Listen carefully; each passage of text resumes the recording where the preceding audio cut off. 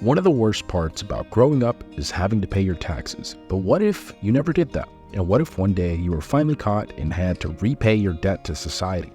That is the scenario that we find ourselves in Turnip Boy Commits Tax Evasion. In this roughly 2-hour journey, you'll navigate the small town of Evasion as you work to pay back your debt to society, tearing apart every legal document along the way. Progression feels very linear, as new items allow you to revisit previously inaccessible areas. The lighthearted tale does not have too many surprises, but its absurdity is evident that it doesn't take itself too seriously. And frankly, it's something that you can just sit back and enjoy. Narratively, Turnip Boy is met by the mayor with a notice that he has years of back taxes on the house that he was left by his father. He does what everyone wishes that they can do and rips it up, beginning his quest to pay back his debt to the village.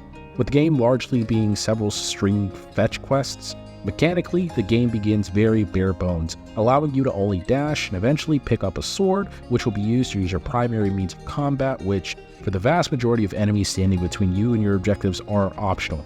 Luckily, these are held together by a string of dungeons, introducing you to new skills. Eventually, you'll be using several different mechanics as you make your way to each of the game's bosses. Additionally, you'll find formal documents lying around the world and tear those up as well. Doing so unlocks the true ending and allows you to face the real final boss. Beating the game without doing so will unlock an area that directs you to where those missing documents are located, making the process of cleaning up much easier. The game has a lot of charm. The graphics complement the lighthearted nature of the game, and the satire of many of the characters is much appreciated.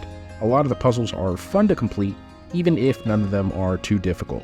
I will say that the game is very accessible, and you're not going to be throwing your phone across the room in frustration. There is also a cool roguelike section at the end of the game, which allows for a little bit more replayability if one desires. I mentioned that the game was accessible, and that is in part because it's very simple.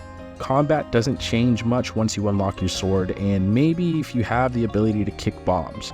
You're going to be doing the same things that you did in common enemies that you'll be doing to the bosses more often than not, just using the mechanic that the dungeon had you using the whole time.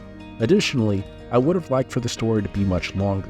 I played the game for 2 hours to find all of the documents and unlock the real ending, but the earlier ending only took me roughly an hour and a half. As a premium title, I was expecting a little bit more. Lastly, I think that even the extra component at the end could have been added to more to make it more dynamic, as I found myself ending my character intentionally instead of having difficulty being the thing to take me out. Overall, I think Turnip Boy Commits Tax Evasion is a good experience. The game component leaves a lot to be desired, and it doesn't have the depth that I was expecting going into the game. The story, banter between the characters, and uncovering the truth behind Veggieville were done very well.